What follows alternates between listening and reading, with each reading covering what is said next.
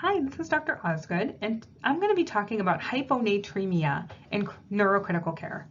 Basically, hyponatremia is a very common problem encountered in critical care patients and requires special attention in those with brain injuries. Today we're going to talk about sodium homeostasis and how the body actually regulates salt and water. We're also going to talk about the various causes of hyponatremia, particularly those causes that are most important in our brain injured patients, two of which happen to be syndrome of inappropriate antidiuretic hormone and cerebral salt wasting. So SIADH and salt wasting. And we're going to talk about how do we differentiate between those two things, because sometimes it can be quite difficult and the management is very different. We're also going to talk about how do we treat hyponatremia appropriately in the brain injured population. Sodium homeostasis is really complicated, and I'm not going to go through this entire feedback loop, but I think it's important to recognize certain things within it. Water homeostasis is a process by which the body senses our osmolality and our blood volume and determines how much salt and water has to be regulated by the kidneys. There are two systems involved in this. One of them is the renin, angiotensin, and aldosterone system, and the other is antidiuretic hormone. For the purposes of today, I'm going to spend more time talking about antidiuretic hormone, ADH, because that's more important in our brain injured patient population. But just know that there are two main systems involved. If we simplify that prior diagram a little bit, we can look at just the antidiuretic hormone system. And what we want to pay attention to is the fact that the body has the ability to sense our blood volume and our serum osmolality through both baro and chemoreceptors.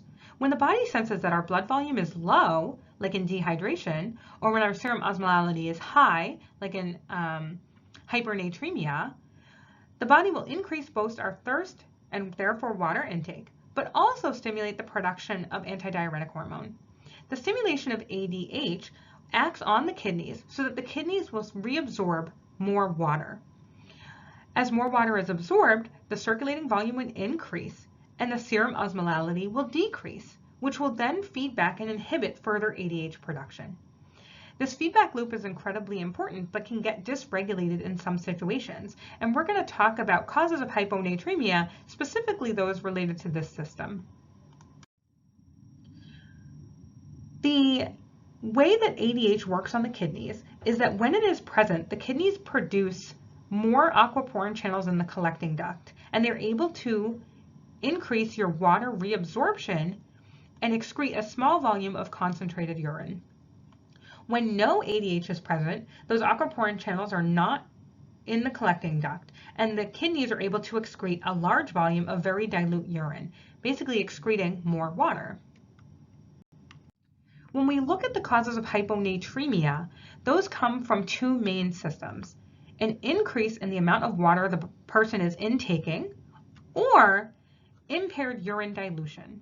An impaired urine dilution can happen due to normal suppressed ADH or due to an active ADH expression. And we're going to go through these things.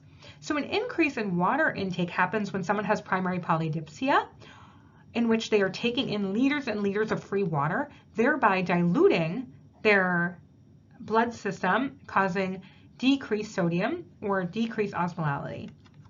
This also occurs through what is called beer potomania, or a tea and toast diet, in which the person is taking in no solute.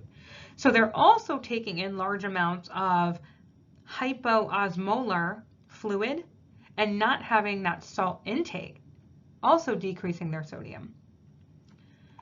The situations in which your urine is unable to be diluted can be based on the kidney itself or based on ADH expression. And we'll talk about the first ones when they're sort of more based on that kidney.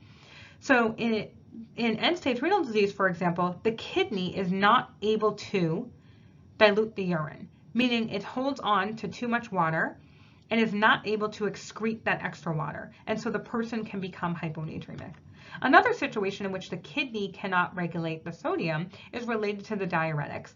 So when you give someone a diuretic, they may pee more solute than water in some situations. For example, with hydrochlorothiazide, the person pees out more salt than they're peeing out water, and then they get hyponatremic. The other conditions which impair the urine dilution directly related to ADH expression. One of those would be appropriate ADH expression when you have a decrease in blood volume. When your blood volume decreases, as I mentioned before, that system of homeostasis activates the production of ADH.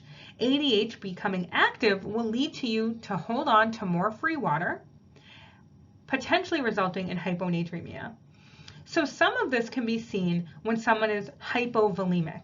They're vomiting, they have burns, they have pancreatitis, or they're bleeding. They become hypovolemic, they produce ADH, they hold on to more free water. And that would be more of a typical system that we might see. Another condition which we're going to spend a lot more time on today is cerebral salt wasting, in which the patient becomes very polyuric. They pee out a lot of fluid. The body senses a decrease in volume and holds on to free water, and they lose a lot more salt than they lose water, causing hyponatremia.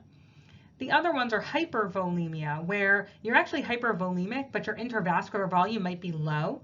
And so you're third spacing, but your body's sensing decreased blood volume, and it's increasing your free water intake, which leads to further third spacing and hyponatremia.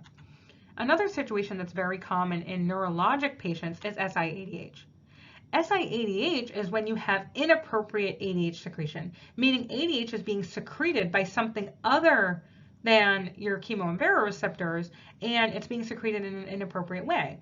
So that would be in brain injuries, malignancies, certain drugs, or hormone deficiencies in which the patient is secreting ADH when they don't need to, and they're holding on to more water than salt, and they're getting hyponatremic.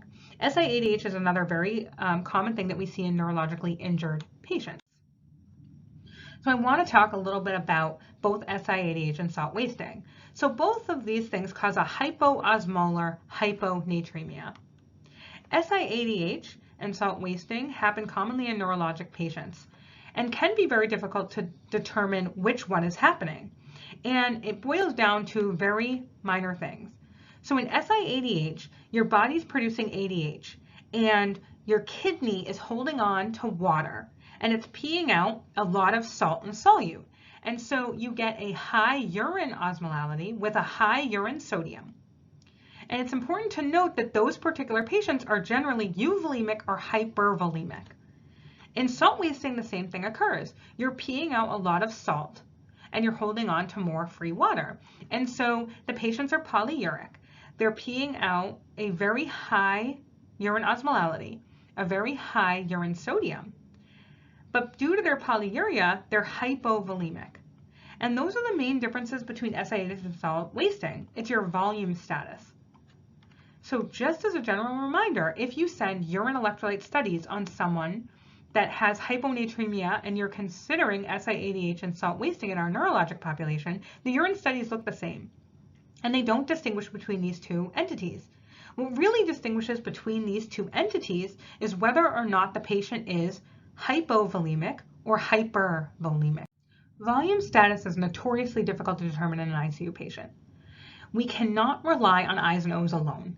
It is important to recognize that various things affect our I's and O's, the accuracy of such, and we need to rely on other things in conjunction with our I's and O's. So we need to look at skin turgor and mucous membranes, how much the patient weighs, what their heart rate is, what their pulse pressure variation is, what their CVP is, or their IVC diameter. We can rely on our labs and our I's and O's all together to look at what someone's volume status is. Really, it comes down to, why do we care? Hyponatremia is important in brain injury because it can result in brain swelling and herniation. In a usual situation, your blood and your brain are equilibrate to how much water and how much solute is there. In the situation of hyponatremia, the blood sodium water increases substantially. That water crosses the blood-brain barrier and goes into the brain, leading to brain swelling, high intracranial pressure, potentially brain herniation, and death. And so monitoring patients in the neuro-ICU for what their sodium is and whether they have hyponatremia is very important, as is correcting that hyponatremia when it occurs. We really have to correct these things aggressively. Acute hyponatremia is able to be rapidly corrected. The brain adapts to this over a few days. And so when hyponatremia happens over hours, we can correct it as fast as we want. If the hyponatremia is chronic, we need to be a lot more cautious, okay? But in the situations I'm talking about, it's acute. SIADH, you want to do fluid restriction and potentially hypertonic saline. But just remember that fluid restriction is not able to be done in all of our brain injured patients. And so if you cannot fluid restrict them, hypertonic saline may be your first course of action. If you have a patient with cerebral salt wasting, the main goal is to maintain euvolemia. Remember, those patients are polyuric and hypovolemic, and so we want to maintain euvolemia. We want to give them isotonic fluids. In some situations, as you all know, we can't maintain euvolemia. We try and the patient pees more and more and they get more and more negative. And in that situation, we want to use hypertonic saline. Fludrocortisone can also be used to help decrease their urine output and hold on to some salt. Just as a general conclusion, hyponatremia can have devastating effects, as I've shown with you, especially in brain injured patients.